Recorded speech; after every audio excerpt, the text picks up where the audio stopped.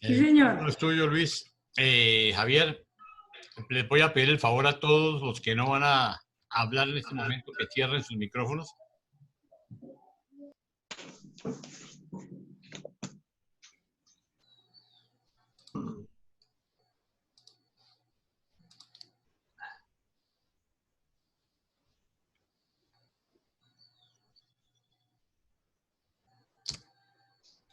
Listo, Javier. Bueno, vamos antes de comenzar, habíamos quedado que nos vamos a dirigir al Padre para que nos ilumine y nos ayude en estos momentos. Y nuestra compañera, amiga y hermana Flor se va a encargar de hacer la oración a nuestro Padre, porque es de los pocos a los que realmente la escucha. Cuando, a Jaime y a mí ya no nos escucha porque somos muy pedigüeños y muy pesados, pero a Flor sí le sigue haciendo caso, y a Paulita también. Qué va, chico. Gracias, Javier. Buenas tardes a todos. Bueno, vamos a hablar con nuestro Padre, vamos a cerrar nuestros ojitos, concentrarnos y vamos a hablar con Él. Amado Padre mío, Padre nuestro, bueno, Padre de todos, gracias por la vida, gracias por la salud, gracias por tu presencia divina dentro de nosotros, esa divina influencia tuya en nuestra mente. Gracias por permitirnos estar hoy reunidos ante ti, nuestro Padre amado, como hermanos, como la familia tuya que somos, tus hijitos, para aprender más sobre nuestra relación contigo. Tú eres nuestro amoroso Padre, creemos en ti, tenemos fe en ti. Y el día de hoy vamos a analizar justamente eso, nuestra fe. En nuestros corazones queremos tener una fe sólida, sublime e incondicional, como la fe de nuestro amado Maestro. Una fe viva que sea una realidad viva de verdadero alcance espiritual. Esa fe viva que nos permite enfrentarnos a todas las contradicciones de esta vida mortal con confianza y con la tranquilidad de saber que tú estás con nosotros, que nos amas, nos cuidas y que nos esperas para compartir con nosotros tu gran amor y tu creación. Gracias, Padre mío. Padre mío, ilumina a Javier el día de hoy. Bueno, e ilumínanos a nosotros también para entender bien cómo es una fe ideal, como la fe de nuestro Jesús, e inspíranos para seguir su ejemplo de fe inquebrantable, viviendo los ideales de una vida excelsa dedicada a hacer tu voluntad, buscando seguir tu mandato de perfección. Y así, Padre mío, algún día en el futuro poder tener la dicha de llegar a ti y abrazarnos a ti para después, bueno, pues continuar haciendo tu voluntad, pero ahora por toda la eternidad. Gracias, Padre mío, por todos mis hermanos aquí reunidos, por los que van a llegar, por los que llegaron y por los que, bueno, verán después la presentación. Y Padre mío, muy especial, un detallito. Ayuda, por favor, a nuestro hermoso planeta. ¿Sabes qué? Necesitamos de ti ahora verdaderamente con mucha necesidad. Gracias, Padre mío. Te amamos, Padre mío, Padre nuestro, Padre de todos. Gracias. Amén. Amén. Amén. Bueno, pues con la autorización de nuestro Padre y de Flor, vamos a intentar compartir y vamos a empezar vamos a ver, a compartir. Bueno, os comento antes de nada que estas presentaciones es una ayuda, realmente es un pequeño sucedáneo del conocimiento del libro Durantia. Yo os recomiendo que lo leáis el libro Durantia y además proponeros en la vida, por lo menos, antes de irnos al otro sitio, por lo menos 3 veces. Esa es una promesa que os lo tenéis que hacer cada uno de vosotros. Voy a leerme el libro Durantia entero desde el principio hasta el final 3 veces. porque es importante. Esto ayuda un poco a la comprensión de algunos conceptos, y algunas veces lo que hacemos es justo lo contrario, que lo que hacemos es que enturbiamos algunos conceptos. Por eso os recomiendo que lo leáis pausadamente, tranquilamente, porque ya el Espíritu se encargará de hacer esa labor que necesitamos que haga dentro de nosotros. Bien, esta presentación la hemos denominado Nuestra Fe. Realmente no es nuestra fe, es la fe que deberíamos de tener para armonizar con la fe de nuestro Padre Jesús. Entonces, vamos a empezar a hablar de diferentes temas, de qué realmente es el concepto de la fe, que hay aspectos que están relacionados con la fe, tanto positivos como negativos. Ya lo vais viendo a lo largo de la presentación. Y luego vamos a ir empezando viendo realmente cuál era la fe de Jesús, porque la fe de Jesús, de nuestro Padre Jesús, de nuestro Jesús de Nazaret, de nuestro Miguel de Nevadón, es el modelo a seguir y el modelo de fe suyo es el que deberíamos de conseguir cada uno de nosotros. Ya veréis que hay cosas súper interesantes en la presentación. Parece que es un tema sencillo, pero ya veréis cuando empecemos a profundizar las perlas que hay escondidas dentro de este mensaje relacionados con la fe. Empezamos, bueno, lo digo siempre, y son unas reflexiones iniciales, pero Jesús nos recordó que allí donde 2 o 3 creyentes estamos reunidos, allí está Él en medio de ellos, con lo cual yo espero que siempre Él esté junto a nosotros. Tened también presente siempre que Jesús, cuando Pentecostés derramó el Espíritu de la verdad, hace más de 2000 años, y ese Espíritu está residiendo ahora mismo alrededor de cada uno de nosotros, con lo cual nos va a inspirar y nos va a ayudar a entender esos conceptos. Algunos son algo complejos, pero ya veréis que con la ayuda del Espíritu de la verdad, ese tema va a ser más digerible. Y fundamental, todos nosotros tenemos, todos los que estamos aquí presentes, tenemos nuestro ajustado del pensamiento, nuestra chispa divina, nuestra presencia de Dios Padre entre nosotros. Y Él nos va a inspirar y nos va a ayudar y nos va a hacer entender esas palabras escritas en el libro de Durantia, se nos van a hacer más transparentes, más lúcidas. Y si no, a lo largo de la presentación lo iréis comprobando. Y por supuesto tenemos un montón de huestes seráficas que están actuando para el bien de cada uno de nosotros. Con lo cual tenemos muchos agentes que están trabajando para que entendamos esta revelación. Como siempre se puede presentar a alguien nuevo, pues lo comento en plan rápido, y es que todas las referencias que están en color, los textos que están en color rojo, es copia literal del libro de Durantia. Ni se ha quitado ni se ha puesto nada. Si está en otro color, en azul o en negro, normalmente son aportaciones mías o sacados de otro contexto, pero no corresponden literalmente al libro de Durantia.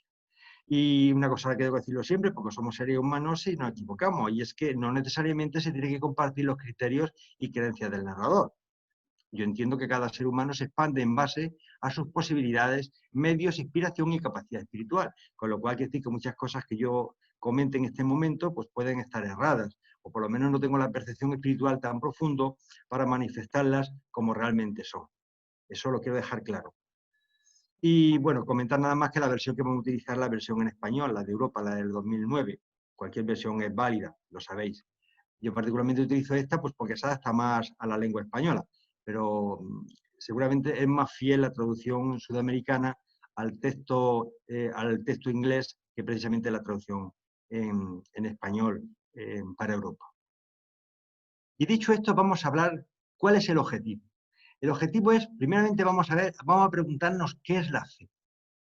Y yo, mi percepción de lo que es la fe, independientemente de que ahora os digan lo que de forma canónica nos dicen lo que es la fe, yo para mí es, vamos a hablar del objetivo de la presentación. El objetivo de esta presentación es reflexionar sobre el concepto de la fe. Y yo entiendo que es como el concepto más poderoso que existe después de la muerte. Es una percepción muy personal, muy particular, y no necesariamente tenemos por qué estar de acuerdo. Pero realmente yo lo percibo así. Realmente con fe se han hecho cosas maravillosas en el mundo y verdaderas atrocidades. Vamos a definir lo que significa fe, antes de meternos en profundidad. La fe es una creencia y esperanza personal en la existencia de un ser superior, un dios o varios dioses. Hay confesiones religiosas que creen en varias deidades. Dice que generalmente implica el seguimiento de un conjunto de principios religiosos, de normas de comportamiento social e individual y una determinada actitud vital. puesto que la persona considera esa creencia como un aspecto importante o esencial de la vida, que es tener fe. En fin, realmente, ¿qué es la fe? Hay una definición aquí muy sencilla, dice, fe es certeza de lo que se espera y convicción de lo que no se ve. Esto es a nivel general del concepto de fe. Ya veréis que el concepto de la fe de Jesús es algo muchísimo más profundo y muchísimo más enriquecedor que estas pequeñas frasecillas. Bien, vamos a aproximarnos un poco al concepto que tenemos nosotros, los creyentes en Jesús, en nuestro Padre Jesús, sobre el concepto de fe en Dios. Un concepto de fe en Dios. Dice, la fe es luz. Dios llega al corazón del hombre para llevar la luz. Y él dijo, yo soy la luz y he venido al mundo para que todo el que cree en mí no permanezca en las tinieblas. Esto era de Juan 12:46. Esto sacado del Evangelio de Juan. De hecho, amar de hecho significa confiar, porque la vida es un continuo acto de fe. Un bebé, cuando nace, no puede hacer nada sino confiar, anhelar a su mamá y a su papá. Realmente es una confianza. La fe es confiar en alguien. Y fijaros lo que dice, y ya empieza a decir la primera frase importante que a lo largo de la presentación lo iremos viendo. Dice, aquel que cree, al aceptar el don de la fe, y es subrayado, aceptar, porque ya veréis que el don de la fe es algo que se nos regala, es algo maravilloso que nuestro Padre nos entrega a cada ser humano. Y nosotros tenemos el deber, si queremos seguir el plan del Padre, de aceptar ese don de la fe o no aceptarlo. Y de hecho hay muchas personas que no aceptan el don de la fe. Dice, aquel que cree, al aceptar el don de la fe, se reviste de una luz nueva. Es transformado en una nueva criatura, se vuelve hijo en el Hijo. Hablamos del Hijo de Dios. Bien, aquí una pequeña alegoría para empezar, para entrar un poco en materia, que me pareció hermosísima, de Tagore, que dice, la fe es el pájaro que canta cuando el amanecer aún es oscuro. Y es que es hermosísimo. Cuando uno no ve nada, empieza a escuchar el canto. Sabemos que hay un pájaro cantando hermoso, pero no somos capaces de verlo. Bien, vamos a distinguir un poco entre la fe y la creencia. Son dos conceptos que parece que son iguales, pero no son iguales. Dice, la creencia alcanza el nivel de la fe cuando motiva la vida y modela la manera de vivir. La aceptación de una enseñanza como verdadera no es la fe. Pensar que algo es verdadero no es fe, no es la fe. Es una simple creencia. La certidumbre y la convicción tampoco son fe. Un estado mental solo alcanza los niveles de la fe cuando domina realmente la manera de vivir. La fe es un atributo viviente de la experiencia religiosa, personal, auténtica. ¿Qué nos están empezando a decir? Que la fe, el creer algo, no tiene ningún valor. Lo que tiene valor es si tú en tu vida actúas de acuerdo a esa creencia, a esa fe. Entonces esa creencia se convierte en fe. Pero cuando es una fe viva, esa expresión de fe viva la vamos a ir viendo a lo largo de la presentación. Porque si la fe no se pone en práctica, si lo que tú crees no lo materializas con tu familia, con tus hijos, con tus amigos, en tu trabajo, con todos, con la suegra, con el suegro, no tiene ningún valor. De hecho, no vale para nada. Al contrario, se vuelve en contra de nosotros. Y recuerda siempre que la cabeza cree, pero realmente el que sabe es el corazón. Otra cosa importante que tenemos que tener en cuenta antes de meternos a hablar de la fe de Jesús es la diferencia entre fe y razón. Dice, la fe y razón son dos formas de convicción que subsisten con más o menos grado de conflicto o de compatibilidad. La fe generalmente es definida como fundamento en una creencia, como una convicción que admite lo absoluto, mientras que la razón es fundamento en la evidencia, lo cual aproxima el objeto de la fe a la idea del mito. En realidad, cada uno tiene su propio ámbito de realización. Mirad, para que lo entendáis el tema, yo creo que el Papa Juan Pablo II, que yo particularmente le tengo muchísimo aprecio, hizo esta declaración, y es que realmente lo calcó. Dice, según Juan Pablo II, en su encíclica Fides et Ratio, en 1998, la fe y la razón, fide de ratio, son como las dos alas con las cuales el espíritu humano se eleva hacia la contemplación de la verdad. Es decir, el ser humano necesita esas dos alas, la fe y la razón, porque es que una seguida a la otra. Mira, si la fe no tuviera la razón, seguiríamos todavía creyendo pues, en el poder mágico de las piedras, en el poder del sol y de la luna, en 20.000 historias, porque la religión no habría evolucionado, la fe no habría evolucionado. Entonces, es la razón la que nos dice, no, que el cielo no está lleno de lucecitas, que ahí hay astros, hay sistemas solares, hay muchas cosas. Que las piedras magnéticas y eso no sirve para nada, que eso es otra historia, eso es pura física o química, pero no tiene que ver nada con el tema de la fe. Y tantas creencias que tenemos recogidas a lo largo de los ancestros, de los años, que, bueno, han ido desapareciendo gracias a que la ciencia ha separado el grano de la paja. Es decir, que de alguna forma la fe tiene que ir siempre de la mano de la razón para que realmente evolucione tanto una como la otra. Entonces, este ejemplo del espíritu humano que se eleva con las dos alas me pareció sumamente, no sé, imaginativo. Siempre ha habido un conflicto entre fe y ciencia. Y la verdad es que no debiera haberlo, porque si os dais cuenta, mientras la ciencia evoluciona, nos va informando de los avances. Distinguir, por favor, ahí entre ciencia y tecnología. Son dos cosas diferentes. La ciencia es el conocimiento, el fundamento de cómo funcionan las cosas, de la materia, de la energía. Y la tecnología es la fabricación de cacharritos amparados en el conocimiento. Es decir, fabricar un frigorífico no es ciencia, esto es tecnología. Fabricar un televisor no es ciencia, es tecnología. La ciencia, por ejemplo, es descubrir el bosón de Higgs, por ejemplo. Entonces, a lo largo de la historia, los conocimientos científicos nos van a modular esa fe que tenemos. No es que no la cambie, lo que nos va a hacer es más fuerte y nos va a hacer que la veamos con una dimensión completamente diferente. Nosotros sabemos a través del libro Durantia que existe un inmenso universo lleno de sistemas solares, miríadas de sistemas solares alrededor. Si fuera por la fe solamente, fíjate, al primero que se le ocurrió decir que la Tierra no era el centro del mundo, lo metieron en prisión y algunos los mataron. Sin embargo, la ciencia nos está diciendo, oye, mirar por este catalejo, mirar lo que hay encima. Entonces, eso nos está ayudando a esa visión cosmológica con una amplitud enorme, una amplitud de mira enorme que nos posibilita la ciencia. Es decir, la ciencia siempre nos va a ayudar. Aunque el científico no quiera creer en Dios, algunos científicos no quieren creer en Dios, pero no necesariamente todos los científicos dejan de creer en Dios. De hecho, mientras más profundiza la ciencia, más te cuestionas quién ha creado todo eso. Eso que está ahí fuera y lo que se ve en el microscopio hacia abajo.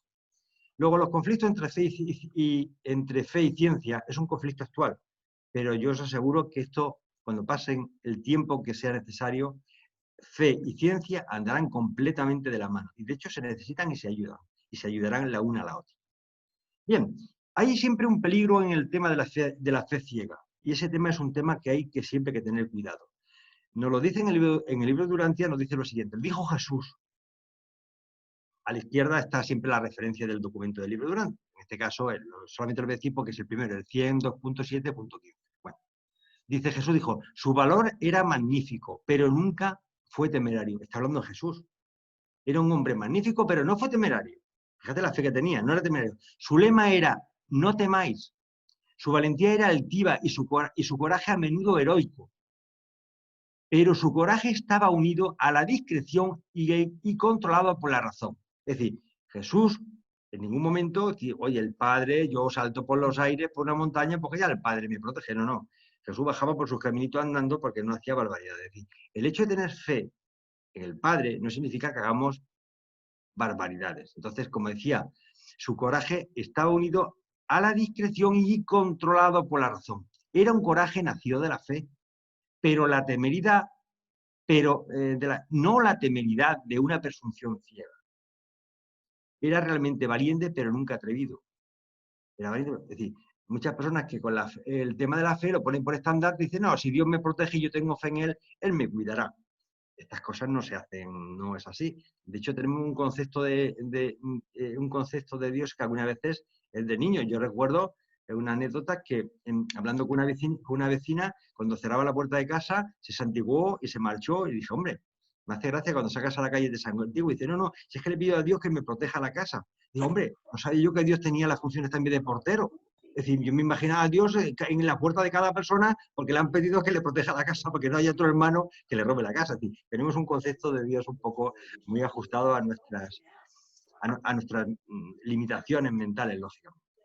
Y por supuesto ese concepto de ir ciego por el mundo pensando que Dios me va a resolver los problemas, pues no es así. Dios rogando con el mazo dado. Entonces la fe ciega, cuidado, la fe ciega no es buena, ni Jesús la predicó en ningún momento. Otro tema muy importante antes de entrar en la fe de Jesús es el concepto de la diferencia que hay entre razonamiento y fe. Dice, tenemos una vocecita de fondo, dice, se puede llegar a convicciones sobre Dios a través de un sabio razonamiento, pero el individuo solo llega a conocer a Dios por medio de la fe, a través de la experiencia personal. Ya he metido aquí la palabra, la experiencia personal. Hay que contar con las probabilidades en muchas cosas relacionadas con la vida, pero se pueden experimentar la certeza cuando al contactar con la realidad cósmica uno se acerca a esos significados y valores por medio de la fe viviente. Fe viviente, la va a estar permanentemente repitiendo.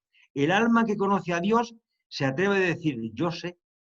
El que conoce a Dios, el que lo siente, yo sé. Incluso cuando este conocimiento de Dios es puesto en duda por el no creyente, que niega esta certeza, porque no está totalmente respaldada por la lógica intelectual. Y es que a nadie se le puede convencer de que crea en algo, porque la fe es un regalo, te lo dan, tú lo aceptas, y tú lo sabes que tienes esa perla dentro de ti. Pero realmente tú no puedes demostrar que esa fe digamos, es auténtica, por decirlo de alguna forma. No se lo puede demostrar a nadie, tú sí lo sabes. El creyente se limita a contestar a todos estos escépticos, ¿cómo sabes que yo no sé? Es lo único que le puedo decir, porque otra cosa. Sí, el tener fe no se puede demostrar. Bien, y luego lógicamente la razón pura tiene muchas limitaciones. Mirad, nos dice el libro Urantia, el inmenso abismo que existe entre la experiencia de la verdad de Dios y la ignorancia del hecho de Dios solo se puede colmar mediante la fe viviente. Otra vez voy a repetir, la fe viviente. La razón sola no puede llevar a cabo la armonía entre la verdad infinita y los hechos universales. Es decir, con la razón llegaremos a muchísimo conocimiento, pero al fondo de todo jamás se puede llegar. Lo único que nos puede acercar a un Padre celestial, que es infinito, omnipresente y omnisciente, es la fe en Él, acercarnos con el corazón, porque realmente con la razón pura, jamás de los jamases nos podemos acercar a Él, porque es infinito. No te puede acercar a algo que es infinito, y más seres que somos limitados. Bien, una cosa importante que ya no empiezan a decir en el libro de Urantia, y es que la fe es realmente nuestra credencial. Dice, el derecho a entrar en el reino está condicionado por la fe. Fijaros qué expresión tan lapidaria. Es decir, es nuestro pasaporte. Sin fe no hay posibilidad de entrar en el reino. Dice, el derecho a entrar en el reino está condicionado por la fe, por la creencia personal, la fe personal. No está hablando de la fe de las iglesias, de la fe del grupo, de la fe personal. Lo que hay que pagar para permanecer en la ascensión progresiva del reino es la perla de gran precio. Para poseerla, el hombre vende todo lo que tiene. Y es que es nuestra perla, es nuestro mayor tesoro, la fe, es nuestro pasaporte. Dice, Jesús enseñó que por medio de la fe el creyente entra de inmediato en el reino. Alguien puede decir, bueno, y si hay alguien que es muy buena persona y es un buen padre y sus hijos y cuida y tal, pero no tiene fe, esa pregunta no la voy a contestar de momento. Otra cosa que nos dice en el libro Urantia es que nuestra fe tiene que ser sincera. Tiene que ser una fe que salga de lo más profundo de nuestro ser. Y dice, la fe, la sinceridad. Dice, venid como un niño pequeño, recibir el don de la filiación como un regalo, aceptar hacer la voluntad del Padre sin hacer preguntas. Fijaros que eso es fuerte. De hecho, nos pueden acusar de muchas cosas. Aceptar hacer la voluntad del Padre sin hacer preguntas. Con una seguridad plena y una confianza sincera en la sabiduría del Padre. Entrar en el reino libre de prejuicios y de ideas preconcebidas. tener una actitud abierta y estar dispuestos a aprender como un niño no mimado. Es decir, el padre nos pone el dedito y dice, hijo, cógete y confía en mí, que yo te voy a llevar por el camino recto. Él tiene un proyecto, un plan, y tenemos que sujetarnos a su plan. Nos va a llevar a sitios seguros, pero vamos a atravesar una carretera, la calle, están los coches, para que no nos atropelle. Él nos va a coger, nosotros le cogemos el dedito y confiamos plenamente en él, le miramos a la cara, le miramos a los ojos y dice, papá, llévame. Y tenemos que confiar como un niño pequeño, porque es que es la única solución, no podemos entender muchos conceptos, entonces lo único que nos falta es confianza, creer en él, tener fe y confianza. Bueno, hay un ejemplo que aparece en el libro Durante, que, bueno, todos lo conocéis seguramente, pero es cuando hay un centurión romano pues, que tiene un soldado que lo estima, tiene muchísimo aprecio y se está muriendo. Y entonces, pues realmente, pues le manda este centurión, pues a través de los ancianos del pueblo, pues le manda un mensaje a Jesús para que se acerque a su casa y para que cure a su amigo. Entonces, lo que le dice el romano, el soldado romano que se acerca a Jesús, no el soldado romano, el grupo de judíos de mayores que se acerca a Jesús, dice, Señor, esas son palabras literales de lo que debió decir, dice, Señor, no te molestes en entrar en mi casa, porque no soy digno de que vengas bajo mi techo. Tampoco me he considerado digno de ir a verte. Por eso te he enviado a los ancianos de tu propio pueblo. Pero sé que puedes pronunciar las palabras allí mismo donde estás y que mi servidor se curará. Porque yo mismo estoy bajo las órdenes de otros y tengo soldado a mis órdenes y le digo a este que vaya y va. Y le digo a otro que venga y viene. Y a mis criados que hagan esto o aquello y lo hacen. Eso fue la expresión de estos ancianos que se presentan a pedir la recomendación de Jesús para que cure a este centurión romano, que seguramente era un hombre que estaba aportando económicamente ayudando a la sinagoga judía, seguro. Si no, no se hubieran prestado. Ya sabéis que los judíos algunas veces, esas cosas. Lo importante es, dice, cuando Jesús oyó estas palabras, fijaros qué cosa más simpática dice, se volvió y dijo a sus apóstoles y a los que estaban con ellos. Dice, me maravilla la creencia de este gentil. En verdad os digo que no he encontrado una fe tan grande, no, ni siquiera en Israel. Jesús le dio la espalda a la casa y dijo, vámonos de aquí. Los amigos del centurión entraron en la casa y le contaron a Mangus lo que Jesús había dicho. A partir de aquel momento el servidor empezó a mejorar y finalmente recuperó su salud y utilidades normales. Pero fijaros lo importante que es estas palabras de Jesús, porque dice, realmente es que no encontraron a nadie con tanta fe en todo Israel. Y no era un judío practicante, era un centurión romano, que no creía, pero tenía tanta fe en él, la fe en la persona de Jesús. Pensaría que era un mago, que era un ser especial, tenía tanta fe en él, que ni siquiera dijo, oye, es que no hace falta ni que vengas, con que tú pronuncies tus palabras, yo sé que se va a curar. Esa fe es la que nos están pidiendo. Cuando él pone a este ejemplo como un ejemplo máximo de confianza, pues en el fondo es lo que nos está pidiendo nuestro Padre Jesús, que confiemos en Él ciegamente. Os voy a contar una pequeña historieta para ir metiéndose en materia. Fijaros, es un pequeño chiste relacionado con la fe, pero que es muy gracioso. Dice, cuentan que un alpinista, desesperado por conquistar el Aconcagua, inició su travesía después de años de preparación. Subiendo por un acantilado a solo 100 metros de la cima, resbaló y se desplomó por los aires. Caía a gran velocidad. Solo podía ver veloces manchas más oscuras que pasaban en la misma oscuridad y la terrible sensación de ser succionado por la gravedad. Seguía cayendo. Y en esos angustiosos momentos le pasaron por su mente todos los gratos y no tan gratos momentos de su vida. Pensaba que iba a morir. Sin embargo, de repente sintió un tirón muy fuerte que casi lo partió en dos. Sí, como todo un alpinista experimentado, había clavado estacas de seguridad con candados a una larguísima soga que lo amarraba a la cintura. Después de un momento de quietud, suspendido por los aires, gritó con todas sus fuerzas, ¡ayúdame, Dios mío! De repente, una voz grave y profunda de los cielos le contestó, ¿qué quieres que haga, hijo mío? Sálvame, Dios mío, le dice esta voz. ¿Realmente crees que te puedo salvar? Dice, por supuesto, Señor. Y le contesta esa voz: entonces corta la cuerda que te sostiene. Dice, hubo un momento de silencio y quietud. El hombre se aferró más a la cuerda y reflexionó. El punto es, y luego dice, cuenta el equipo de rescate que al día siguiente encontraron colgado a un alpinista muerto, congelado, agarrado fuertemente con las manos a una cuerda, a tan solo 1 metro del suelo. Al que os ha gustado. Pues eso es lo que pasa muchas veces. Como no confiamos, pues es que no nos pueden ayudar. Bien, otro aspecto importante es que tener en cuenta que es el concepto de esa fe supersticiosa que aparece tantísimamente. Por ejemplo, en España se da mucho.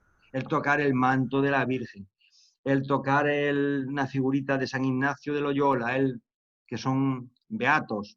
Entonces, ese estado, esa fe supersticiosa, Jesús realmente siempre estuvo en contra de ella. Y hay un ejemplo que lo pone aquí, dice, el maestro podía discernir la fe salvadora en la burda superstición de la mujer que buscaba la curación mediante el acto de tocar el borde de su manto. Recordéis aquel pasaje. Siempre estaba preparado y dispuesto a interrumpir un sermón o a hacer esperar a una multitud mientras atendía las necesidades de una sola persona o incluso de un niño pequeño. Sucedían grandes cosas, no solamente porque la gente tenía fe en Jesús, sino también porque Jesús tenía mucha fe en ellos. En el fondo, con esto lo que nos está diciendo es que, bueno, él entendió que esa mujer que tocó el manto se curó. Tenía un problema, no recuerdo exactamente qué problema tenía, pero se curó. Pero no se curó porque tocara el manto de Jesús. Se curó porque era Jesús el que estaba allí, que se dio cuenta, y bueno, alguna acción debió de hacer para que esta mujer sanara. Pero trasladado a la época actual, de tantas personas que se aferran a iglesias o a monumentos, a besar, a tocar las vestimentas o reliquias como algo santo, con una fe supersticiosa, realmente eso es pura idolatría. Lo repito, eso es pura idolatría. De hecho, se ve, la Virgen de la Macarena pues es más santa y más milagrosa que la Virgen negra de La Coruña, por poner ejemplo de aquí. Vosotros en Hispanoamérica tenéis 20.000 vírgenes también y unas son más milagrosas que otras. En principio están hablando de la Madre de Jesús. ¿Por qué esta Virgen de palo, hecha en palo, es más milagrosa que esta otra que también está hecha en palo? En principio ninguna de las dos son milagrosas. Pero bueno, es lo que le llaman la fe supersticiosa. Vamos a hablar ya un poco de Jesús, de la fe sublime de Jesús. Dice, Jesús gozaba de una fe sublime y sin reservas en Dios. Experimentó los altibajos normales y corrientes de la existencia mortal. Y Jesús tuvo también muchos problemas, muchas necesidades y muchos aspectos muy positivos, pero también tuvo muchos aspectos pues, que le hicieron sufrir. No estoy pensando en la forma ignominiosa en que murió. A lo largo de toda su vida tuvo muchos problemas también, con sus hermanos, con la pérdida de su padre, con la pérdida de otro hermano, con su madre que no se entendía muchas veces, con los apóstoles que para entenderlo debía de ser dificilísimo, eran cuadrados, y con muchísimos seres humanos. Y experimentó los altibajos normales y corrientes de la existencia mortal, pero nunca puso religiosamente en duda la certidumbre de la vigilancia y la guía de Dios. Su fe era el fruto de la perspicacia nacida de la actividad de la presencia divina, su ajustador interior. Él se aferró a su presencia divina, al ajustador del pensamiento, a la chispa divina, la presencia de nuestro Padre Celestial dentro de cada uno de nosotros. Y esa fe en él, en su chispa divina, fue la que le permitió soportar cualquier cosa que le surgió a lo largo de su vida. Y fijaros lo que dice también importante, dice, su fe no era ni tradicional ni simplemente intelectual. No era esa fe que creen en las iglesias, que creen en todo lo que hace, en este caso los judíos, los ritos judíos, la fiesta del Cordero, la fiesta de los tabernáculos. Él no creía en esas cosas, ni era intelectual, estaba dedicado una más a la lectura de las escrituras, esos teólogos que leen la coma, las 20.000 traducciones de esta palabra, que muchas veces ese tema, los teólogos, y venga los tiempos verbales, no era intelectual en ese aspecto, era enteramente personal y puramente espiritual. Esa es la fe de Jesús, una fe simple, entregada a creer en su Padre Celestial y nada más, sin tradiciones y sin planteamientos intelectualoides, digo intelectualoides con cierto desprecio, porque muchas veces nos pasan los urantianos también, que nos ponemos a leer el libro de Urantia y es que nos rasgamos las vestiduras, porque la traducción de esta palabra, el tiempo verbal, la coma aquí, el acento, por favor, lo importante es el espíritu de lo que nos están transmitiendo, no exactamente las 20.000 combinaciones que pueda tener una palabra, digamos, el sentido que pueda tener. Vamos a lo que tenemos que ir, a la profundidad de los hechos. Seguimos hablando de la fe de Jesús. Dice, la tranquilidad de una confianza suprema e incuestionable en Dios. Eso era lo fundamental. Pero fijaros que nosotros no tenemos que creer en Jesús. En quien nos pide que creamos, no es en Jesús, es en Dios Padre. Es en Dios Padre. Si os dais cuenta del Padre Nuestro, cuando Jesús reza el Padre Nuestro, todas las expresiones no es, dice, Padre Nuestro, siempre está hablando del Padre, que está, es decir, siempre se dirige al Padre de forma comunitaria. Dice, Jesús no se aferró a la fe en Dios como un alma que lucha en una guerra contra el universo y en una pelea a muerte con un mundo hostil y pecaminoso. No recurrió a la fe simplemente para consolarse en medio de las dificultades o para animarse cuando lo amenazaba la desesperación. Muchas veces nosotros echamos manos de la fe pues cuando tenemos algún problema. Pues ahora con el tema del coronavirus, pues ahora hay más religiosidad que nunca. Pero claro, es una religiosidad falsa en el sentido de que está condicionada por el miedo. Y ni peor cosa, Jesús está en contra, no tengáis miedo, lo hemos leído un poquito antes, no tengáis miedo. Entonces, yo no puedo recurrir, yo nunca he creído en Jesús ni en ningún santo ni en ningún Dios. Pero ahora en este momento que veo las cosas, le veo las orejas al lobo, pues ya voy a misa, me intento confesar, si eres católico. Y si no, pues lees la Torá, y si no, pues lees el libro durante 20 veces, ¿de acuerdo? No es eso. No podemos entrar a tener la fe para que sea un medio, un consolador. Dice, la fe no era para él una simple compensación ilusoria ante las realidades desagradables y las tristezas de la vida. En presencia misma de todas las dificultades naturales y de todas las contradicciones temporales de la existencia mortal, experimentó la tranquilidad de una confianza suprema e incontestable en Dios y sintió la formidable emoción de vivir por la fe, en la presencia misma del Padre Celestial. Entonces, la fe no es, como decimos aquí, que me acuerdo de Santa Rita cuando truena. No, la fe es un tema permanente que lo tienes que llevar a lo largo, y lo vamos viendo a lo largo de la presentación, como algo permanente en tu vida, que lo tienes que poner en práctica permanentemente. Es como una comunión permanente con el Padre, porque tienes fe. Pero no es que yo me aferro a la fe en los momentos que tengo una enfermedad, que tengo un hijo con problemas, o quiero pedirle que me aumenten el sueldo. Y entonces, pues recurro a la fe como un consolador. Eso es errado completamente, según lo que nos dice Jesús en el concepto que él tiene de fe. Dice, esta fe triunfante era la experiencia viviente de un logro espiritual real. Dice, la gran contribución de Jesús a los valores de la experiencia humana no fue la de revelar tantas ideas nuevas sobre el Padre, que está en los cielos, sino más bien la de demostrar de manera tan magnífica y humana un tipo nuevo y superior de fe viviente en Dios. Fijaos lo que dice, que no fue tan importante tantas cosas que dijo de su Padre, sino el enseñarnos cómo tenemos que nosotros sentir la fe. Un tipo nuevo y superior de fe viviente. Es decir, fe que la pones en marcha, que está permanentemente, la aplicas en tu vida en cada momento. En ningún mundo de este universo, ni en la vida de ningún otro mortal, Dios no se ha vuelto nunca una realidad tan viviente como en la experiencia humana de Jesús de Nazaret. Os repito, la fe viviente es confianza en el Padre y acción. Confianza y acción. Si no hay acción, no vale para nada. Y si no hay confianza, menos de menos. Bien. Hay otro, como estamos profundizando en el concepto de la fe de Jesús, fijaros lo que dice. Esta fe viviente de Jesús era más que una reflexión intelectual y no era una meditación mística. Señores, esa fe no es los urantianos, por ejemplo. Vengan a analizar el libro de Urantia, los cristianos, los católicos, los judíos. Vengan a analizar la Biblia. O una meditación mística. Gente que medita, que se toma sus cositas y posiciones extrañas, música de fondo. Bueno, yo no digo que eso ayude, ni a algunas personas les puede ayudar. En el fondo lo que se necesita es silencio de la mente y deseo de hablar con tu Padre. Y con eso, ya, y con fe, ya te conectas.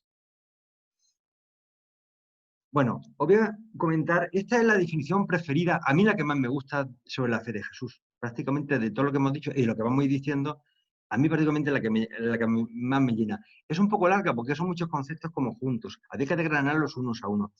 Voy a leerla despacito y leerla vosotros luego despacito en casa, porque veréis el fundamento que tiene.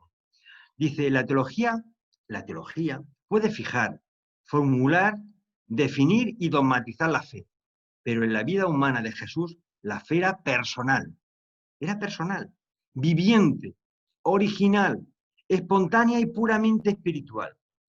Esta fe no era una veneración por la tradición, ni una simple creencia intelectual que él mantenía como un credo sagrado, sino más bien una experiencia sublime y una convicción profunda que lo mantenían en la seguridad. Su fe era tan real e inclusiva que erradicó absolutamente todas las dudas espirituales y destruyó eficazmente todo deseo contradictorio. Nada era capaz de arrancar a Jesús del anclaje espiritual de esta fe ferviente, sublime e intrépida, incluso en presencia de una derrota aparente o en medio de la decepción y de una desesperación amenazante, se mantenía sereno en la presencia divina, libre de temores y plenamente consciente de ser espiritualmente invencible. Jesús disfrutaba de la seguridad vigorizante de poseer una fe a toda prueba, y en cada una de las situaciones difíciles de la vida mostró infaliblemente una lealtad incondicional a la voluntad del Padre. Ya aparece aquí la voluntad del Padre. Esta fe magnífica no se dejó intimidar ni siquiera por la amenaza cruel y abrumadora de una muerte ignominiosa. Me parece espectacular. Pero fijaros lo que ha partido en este fragmento. Una lealtad incondicional, mostró infaliblemente una lealtad incondicional a la voluntad del Padre. Y es que la fe, al final, además de creer, tiene que ser activa, proactiva, pero ¿haciendo qué? Haciendo la voluntad del Padre. Si no es haciendo la voluntad del Padre, o siguiendo los requerimientos de la voluntad del Padre, esa fe no vale para nada. Bien, nos advierte también de los genios religiosos. Dice, en un genio religioso, una poderosa fe espiritual conduce muchas veces directamente a un fanatismo desastroso, a la exageración del ego religioso. Esto no lo tenemos que aplicar todos. ¿Estamos en posesión de la verdad? Sí, pero también todos los hermanos tienen sus verdades. Entonces, que nadie se piense que porque el hecho de que conoce el libro de Durantia o lo pueda entender, pues ya está en posesión de la verdad y ya a partir de ahí, pues se convierte en un fanático, pero en un fanático desastroso. Dice, a la exageración del ego religioso, que es lo peor que puede haber, la soberbia. Pero esto no le sucedió a Jesús. Su vida práctica no se vio afectada desfavorablemente por su fe extraordinaria y sus logros espirituales, porque esta exaltación espiritual era una expresión enteramente inconsciente y espontánea que hacía su alma de su experiencia personal con Dios.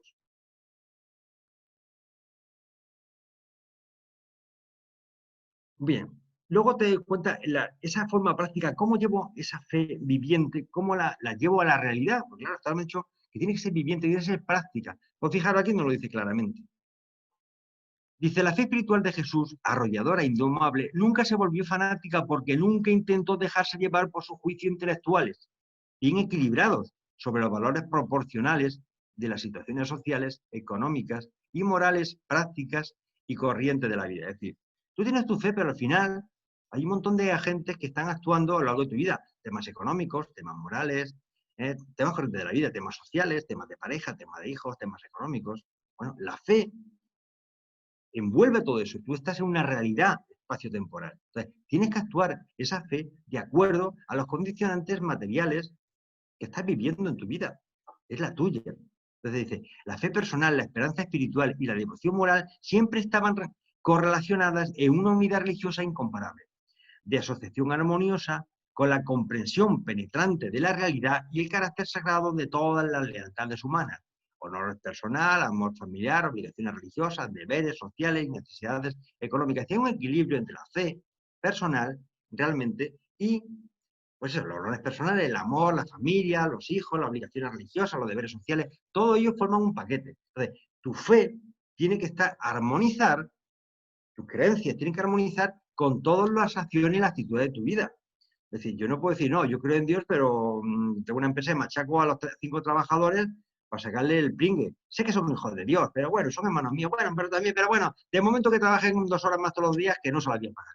Hombre, vaya fe que tienes, es decir, que tu fe no vale para nada. Es decir, la fe tiene que estar armonizada con tu ejemplo y con tu forma de vivir a todos los niveles. Bueno, eso creo que queda claro. Bien, ahora ya esa fe nos hace que consideremos otro concepto, la hermandad avanzada, la hermandad de todos nosotros. Dice, la fe de Jesús visualizaba que todos los valores espirituales se encontraban en el reino de Dios. Por eso decía, buscad primero el reino de los cielos. Jesús veía en la hermandad avanzada e ideal del reino la realización y el cumplimiento de la voluntad de Dios. La esencia misma de la oración que enseñó a sus discípulos fue que venga tu reino, que se haga tu voluntad. Una vez que concibió así que el reino incluía la voluntad de Dios, se consagró a la causa de hacerlo realidad con un asombroso olvido de sí mismo y un entusiasmo ilimitado. Esa expresión del olvido de sí mismo, vamos a ver exactamente qué significa, porque es bastante profunda. Y un entusiasmo ilimitado. Pero durante toda su intensa misión y a lo largo de su vida extraordinaria, nunca se manifestó el furor del fanático ni la frivolidad superficial del egotista religioso. Entonces aquí nos mete un concepto de hermandad. Es decir, esa fe hace que, como todos creemos en ese Padre Celestial y somos hijos de Dios, pero nos hermana, nos une. Y aquí mete un concepto que es realmente difícil muchas veces de entender, que es que tenemos que olvidarnos de nosotros mismos. Y ese tema, amigo, de ese tema habla muy poco el libro Durantia, y tienes que buscarlo en otro sitio. Entonces, os voy a poner otra fuente. En este caso, voy a haber cogido fuentes de, no sé, pues, de fuentes judías o de fuentes hinduistas o no sé, o musulmanas o católicas. Bueno, en este caso he cogido del grupo 1111. Tiene una publicación, curiosamente, el 30 de agosto del 2011, que habla justo del olvido de sí mismo. Y dije, me viene al pelo. Y fijaros lo que dice, porque además lo pone de una forma muy clarita para que lo entendáis, para que lo entendamos. Ajustador del pensamiento. Dice, el olvido de sí mismo hace que el ser humano funcione desde un nivel más elevado.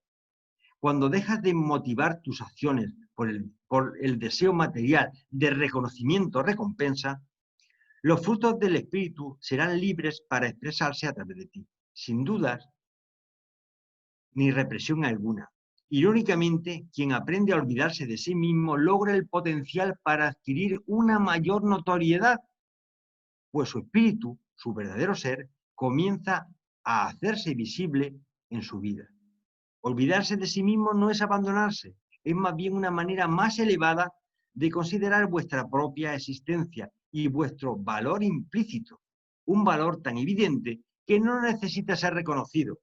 Olvidarse de sí mismo es en realidad recordar lo que en verdad son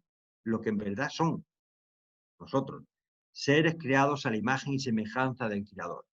Y me pareció maravilloso esta explicación. En el fondo es dejarnos de protagonismo, dejarnos de tanto ego, tanto nombre, tanta música de fondo y tanto postín. Y hacer los trabajos, trabajar para el Padre, trabajar para el proyecto del Padre de una forma sencilla, sin que casi te conozcan, sin hacer ruido. Hombre, al final siempre te acaban conociendo, pero sin presunción de ningún tipo, solamente intentando, pues eso, ayudar en tu proyecto, ayudar al proyecto del Padre, que es nuestro proyecto también, pero sin intentar buscar coronas, ni honores, ni glorias, ni nada, porque es que el valor de desprenderse de todos esos egotismos es lo que nos va a hacer ser muchísimo más grandes ante nuestro Padre Celestial y ante las huestes celestiales, por supuesto, al final.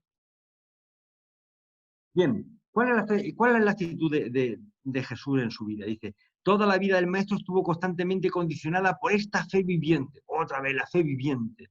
Dice, esta experiencia religiosa sublime, esa actitud espiritual, dominaba totalmente sus pensamientos y sentimientos, sus creencias y su oración, su enseñanza y su predicación. Y esa fe es viviente porque te llena todo, es decir, lo que piensas, los sentimientos.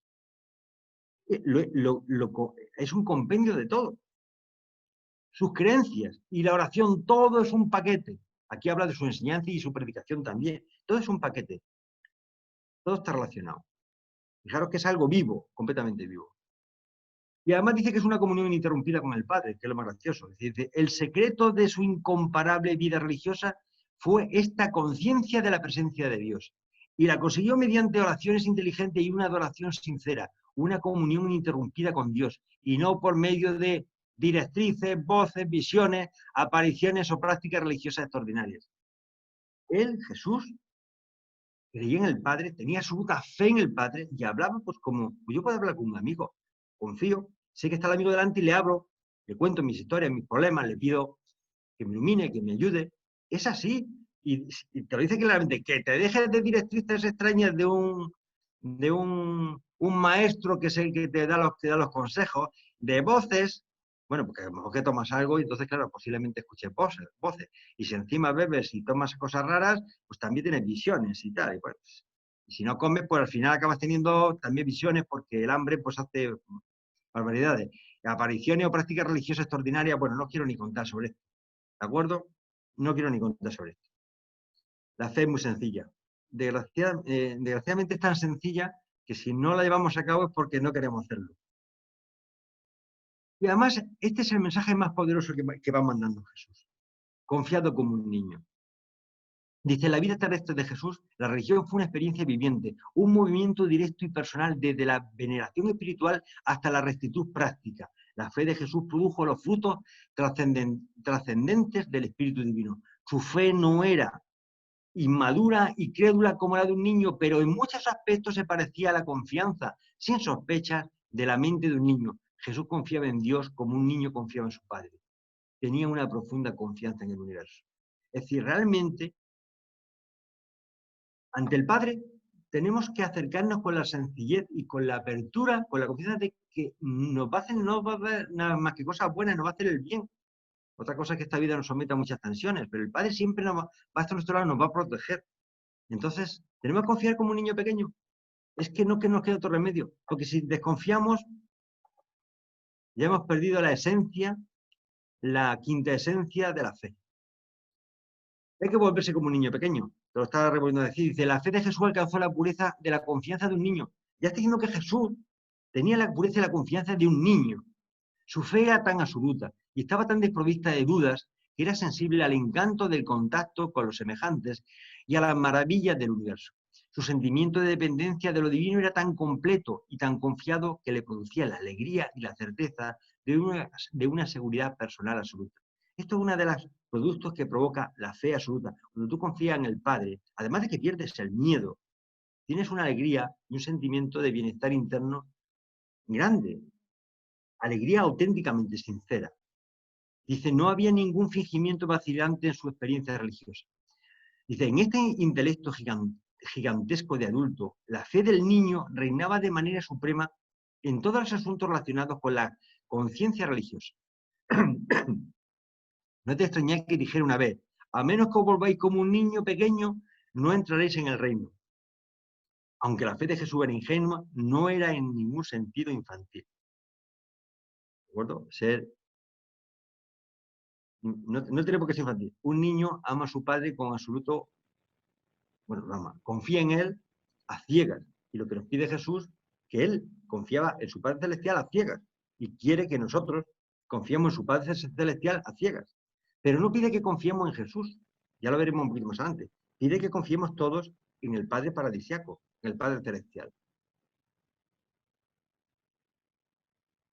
¿Cuál es cuando tenemos dudas, temores, escepticismo con respecto a las creencias que tenemos? Dice Jesús, está hablando de Jesús, dice, dependía del Padre Celestial como un niño se apoya en sus padres terrenales. Y su fe ferviente nunca dudó ni un momento de la certeza de los grandes cuidados del Padre Celestial. No le perturbaron seriamente los temores, las dudas ni el escepticismo. La incredulidad no inhibió la expresión libre y original de su vida. Combinó el coraje inquebrantable e inteligente de un adulto con el optimismo sincero y confiado de un niño creyente. Su fe había crecido hasta tales niveles de confianza que estaba desprovisto de temor. Aquí tengo una expresión de este yogi, de Baham, dice, cuando tus dudas se desvanezcan, tus temores desaparecerán, efectivamente. No hay peor cosa que tener dudas y tal. Yo entiendo que los seres humanos pasamos por dudas momentos de falta de fe, y es verdad. Es decir, muchas veces ese regalo que nos dan parece que no lo apartamos, no, casi no lo queremos. Pero ya veréis que más adelante nos dicen que el tener dudas y tener temores no pasa nada. Es un tema que prolongamos nuestra decisión un poquito más adelante, pero no pasa nada. No os preocupéis. Ni siquiera si tenéis dudas o sois escépticos ante algunas cosas, no pasa nada. Bien, al final Jesús, lo que le está diciendo con el sígueme es, cree en mí y cree en el Padre. Dice Jesús, no le pide a sus discípulos que crean en Él. Fijaros, no le pide a sus discípulos que crean en Él, sino más bien que crean con Él. Que crean con Él ¿en quién? En el Padre Celestial. Y lo que nos está pidiendo a nosotros es que creamos junto con Jesús, todos de la mano de Jesús, en el Padre Celestial. Que crean en la realidad del amor de Dios y que acepten con toda confianza la seguridad de su filiación con el Padre Celestial. Lo están diciendo perfectamente. El Maestro desea que todos sus seguidores compartan plenamente su fe trascendente.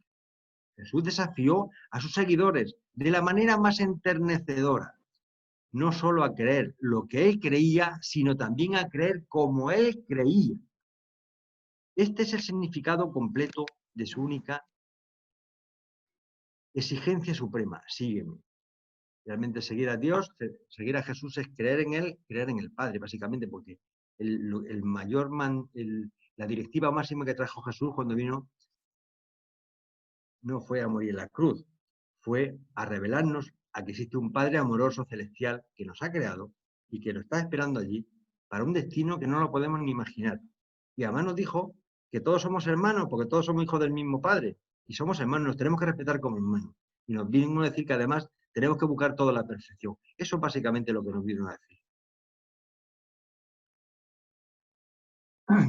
Dice, la vida terrenal de Jesús estuvo consagrada a una sola gran finalidad: hacer la voluntad del Padre y vivir la vida humana religiosamente y por la fe. Por la fe. La fe de Jesús era confiada como la de un niño, pero sin la menor presunción. Tomó decisiones firmes y valientes. Se enfrentó con intrepidez a múltiples decepciones y superó resueltamente dificultades extraordinarias e hizo frente sin vacilar a las duras exigencias del deber. Se necesitaba una fuerte voluntad y una confianza indefectible para creer lo que Jesús creía y cómo Él lo creía. Bien, nos dice Jesús, dice, es muy lamentable que la religión misma sea tan mal interpretada que aparte al Jesús humano de los mortales que lucha. Que las discusiones sobre la humanidad o la divinidad de Cristo no oscurezcan la verdad salvadora de que Jesús de Nazaret fue un hombre religioso que consiguió, por la fe, conocer y hacer la voluntad de Dios. Fue realmente el hombre más religioso que haya vivido jamás en Urante. Dice, seguir a Jesús significa compartir personalmente su fe religiosa y entrar en el espíritu de la vida del Maestro, consagrada al servicio desinteresado de los hombres. Otro concepto importantísimo a grabar con fuego en la mente. Consagrada al servicio desinteresado de los hombres. Luego la fe, además de creer, encima te exige que te entregues al servicio desinteresado de tus hermanos, es decir, de los demás hermanos, de los hombres. Una de las cosas más importantes de la vida humana consiste en averiguar lo que Jesús creía, en descubrir sus ideales y en esforzarse por alcanzar el elevado objetivo de su vida. De todos los conocimientos humanos, el que posee mayor valor es el de conocer la vida religiosa de Jesús y la manera en que la vivió. El modelo está claro. Y además es que a mí me gusta este concepto porque Jesús no era un sacerdote, ni un obispo, ni un papa, ni un religioso altivo. Es decir, Jesús era un laico como somos cualquiera de nosotros. Dice, la gente corriente escuchaba a Jesús con placer y responderán de nuevo a la presentación de su vida humana sincera de motivación religiosa consagrada, si estas verdades se proclaman de nuevo en el mundo. La gente lo escuchaba con placer porque era uno de ellos, un laico sin pretensiones. Dice, el instructor religioso más grande del mundo fue en verdad un laico. En túnica, porque todo el mundo llevaba una túnica puesta, pero no llevaba túnicas como se van ahora para distinguirse de la gente normal. ¿De acuerdo? Jesús era un laico religioso. Y es lo que queremos ser cada uno de nosotros, laicos religiosos con la misma fe o buscando la fe de Jesús, que es la fe salvadora. Al final, digamos a la religión de Jesús, que dice, algún día una reforma en la Iglesia cristiana podría causar un impacto lo suficientemente profundo como para regresar a las enseñanzas religiosas puras de Jesús, el autor y consumador de nuestra fe. Podéis predicar una religión acerca de Jesús, pero la religión de Jesús forzosamente tenéis que vivirla. Luego Jesús tuvo exigencias personales para sus propios apóstoles y para él mismo y para los demás. Entonces, él hace una pequeña distinción para que veáis que la fe que tenía Jesús, pues claro, es un límite, es una síntesis casi inalcanzable. Dice, muchas de sus aserciones aparentemente duras eran más bien una confesión personal de fe y una promesa de devoción, que unos mandatos para sus seguidores. Es decir, que realmente él, la exigencia que tenía hacia sí mismo era mucho más fuerte que lo que tenía para los demás, para nosotros mismos. Dice, esta misma determinación y esta devoción desinteresada fueron los que le permitieron efectuar en una corta vida un progreso tan extraordinario en la conquista de su mente humana. Muchas de sus declaraciones deberían ser consideradas como una confesión de lo que se exigía a sí mismo en lugar de una exigencia para todos sus seguidores. Perdón. Dice, la religión no aleja ni destruye las dificultades humanas, pero las disuelve, las absorbe, las ilumina y las trasciende. La verdadera religión unifica la personalidad para que se ajuste eficazmente a todas las necesidades de los mortales. La fe religiosa, la guía positiva de la presencia divina interior, nuestro profesor del pensamiento, permite indefectiblemente al hombre que conoce a Dios salvar ese abismo que existe entre la lógica intelectual, que reconoce a la primera causa universal como eso, la primera causa, y las afirmaciones positivas del alma que afirman que esta primera causa es Él, tiene personalidad. El Padre Celestial del Evangelio de Jesús, el Dios personal de la salvación humana. En esta frase, los que habéis profundizado sobre el libro de Durantia, y si recordáis la presentación del libro de Durantia y la presentación sobre el Yo Soy, entenderéis lo que significa esta frase, que dicha así, parece que no tiene ni sentido, pero que tiene una carga emocional e intelectual profundísima.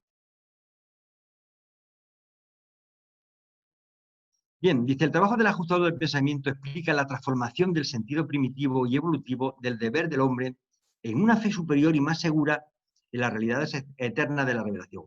Dice, el corazón del hombre ha de tener hambre de perfección para que le asegure la capacidad de comprender los caminos de la fe que conducen al logro supremo. Si un hombre elige hacer la voluntad divina, conocerá el camino de la verdad.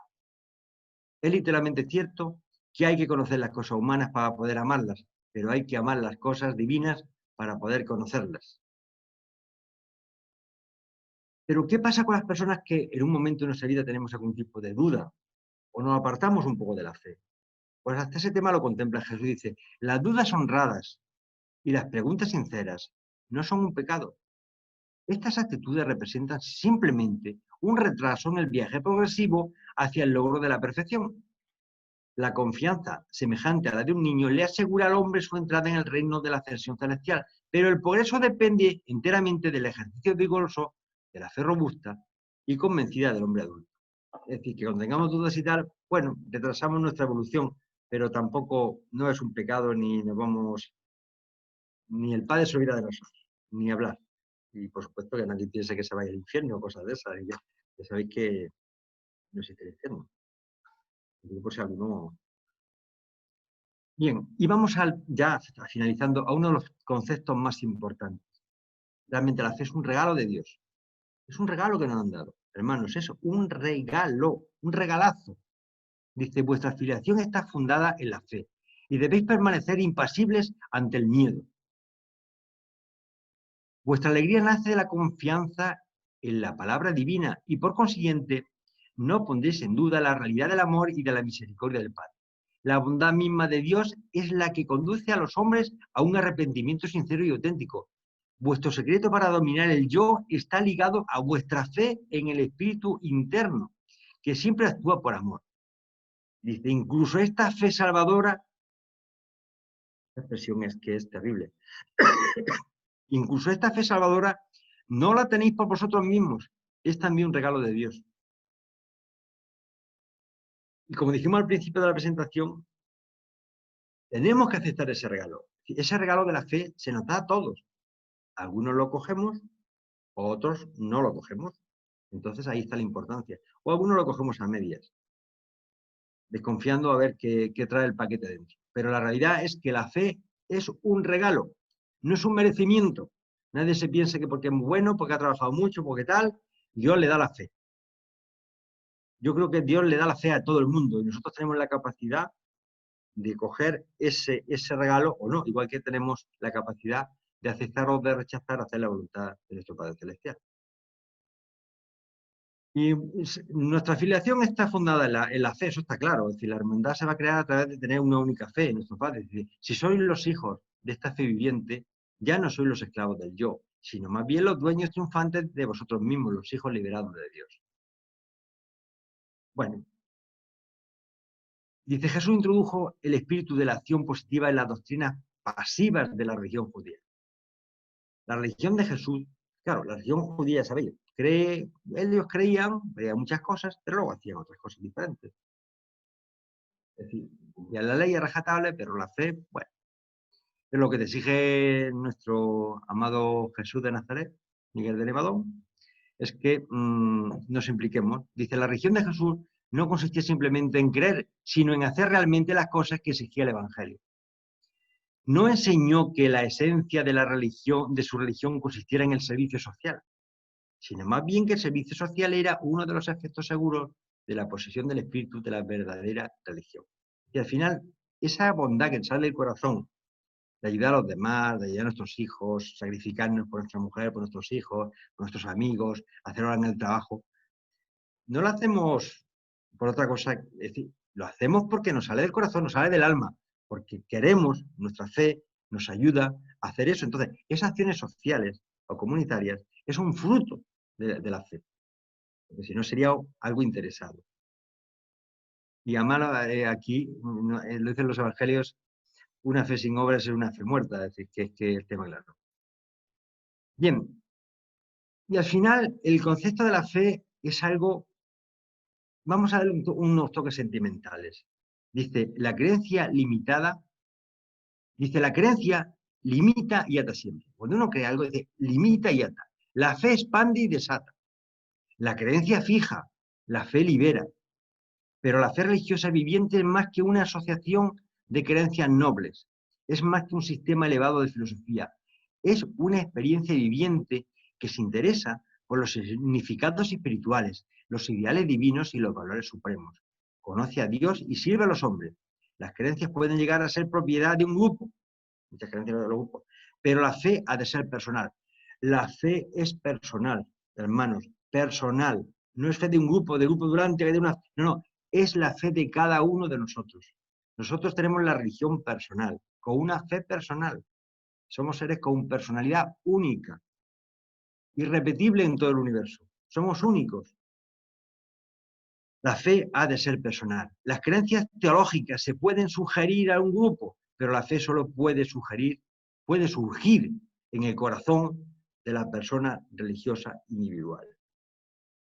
Luego no penséis, los grupos pueden ayudar, todas estas reuniones que tenemos pueden ayudar un poco a incrementar nuestra fe. Bueno, no sé si ayudará a incrementar, por lo menos tomar más conciencia, pero es a cada uno personalmente. Es una acción en el corazón de cada uno de nosotros. Bueno, hay un ejemplo aquí, porque ya estoy acabando, ya no quiero cansaros más, del apóstol de Tomás, este apóstol que era dubitativo. Dice, cuando Tomás escuchó estas palabras, cayó de rodillas delante del maestro Moroncial y exclamó, creo, Señor mío y Maestro mío. Entonces Jesús le dijo a Tomás, has creído, Tomás, porque me has visto y escuchado realmente. Y esto lo digo un poco para todos los que estamos aquí presentes. Nos dijo Jesús, benditos sean en los siglos venideros Está hablando de nuestra época también. Benditos sean en los siglos venideros aquellos que creerán sin haber visto siquiera con los ojos de la carne, ni haber escuchado con los ojos mortales.